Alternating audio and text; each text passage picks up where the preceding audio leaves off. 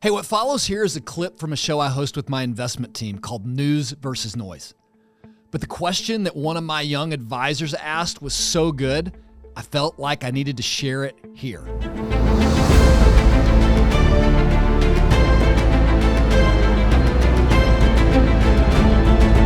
So let me ask a question then, just real quick. Sure. So what would be, I call it a handlebar. Like, what would be your best advice to someone like me who is just getting out in the housing market? I'm in my first home. I'm looking to move, but I'm trying not to be a victim to these harsh rates, and I'm really trying to take advantage of what I have and the opportunities that could possibly pose themselves.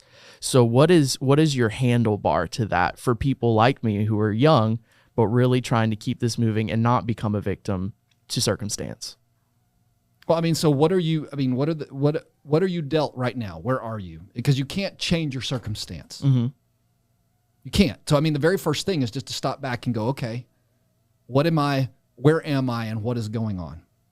And then the second piece of this, which is going to be really, really hard, but it's exactly the thing that I've told this story before. It's exactly the same thing that Angel and I stepped into is, what is God saying about your circumstance? So have you invited him into the conversation, or are you simply just walking around blindly inside of what's going on? Because God is not surprised by the circumstance that you're sitting in. Yeah. Right? This is not the first time this environment has existed. And then what I would tell you is, if we can't change the circumstance right now, then what can I do to make the best of where I am right now and prepare myself for when things shift? Meaning, okay, so I've got this mortgage right now. What can we cut? What can we do? When Angel got pregnant with Clayton, we were $200 short on groceries, or we were $200 short on budget every single month. Mm-hmm. We committed to our generosity, and then we just leaned into God and what he was saying and what he was doing. It couldn't change that. We were $200 short on paper every month. So we had to cut. We had to do it. Was it ideal? No. But then it's like, okay, so when this circumstance changes, what can I do more in my career? What can I do in my job? What can I do in things to make things better so that I'm ready when the circumstance changes? When rates cuts come, can I refinance? Mm-hmm. Can I step into that? Should I be monitoring my credit score during the time where I'm waiting for rates to lower so that I'm prepared? Great point.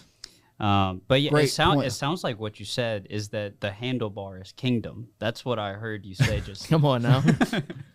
It is, but I mean, the handlebar is kingdom. The handlebar is always kingdom. Same thing. You're like, hey, well, you have a 3% mortgage, or you've got, okay, I do, and I've been blessed through that overall situation. I have different circumstances that are putting stress on me. Here's the one thing I'm going to tell you at 52 years old. There will always be stress. Yeah. There's always going to be something that feels oppressive. And this is why your point about kingdom is true. And I don't want to say that there aren't answers, but sometimes you just have to sit in the moment and go, God, what are you doing right now? I don't understand. Yeah. I wish it was different. Okay. I wish it was different. What can I so if I can't control this, what can I control? Mm-hmm. Control my attitude? Or can I control, like you said, can I control my credit score? Can I at least be keeping an eye on it? Can I mean, there were times we sold, I don't know what you've got. I mean, I've got a bunch of junk in my house. If I need to, I probably got to go sell some stuff. Right? That's not fun. None of that's fun. Mm-hmm. I think here's the number one thing I think that all of us don't like. We want the way out without any pain. Yeah. Eric, give me the handlebar that doesn't have any pain in it. Ooh, I don't know that I've got that handlebar.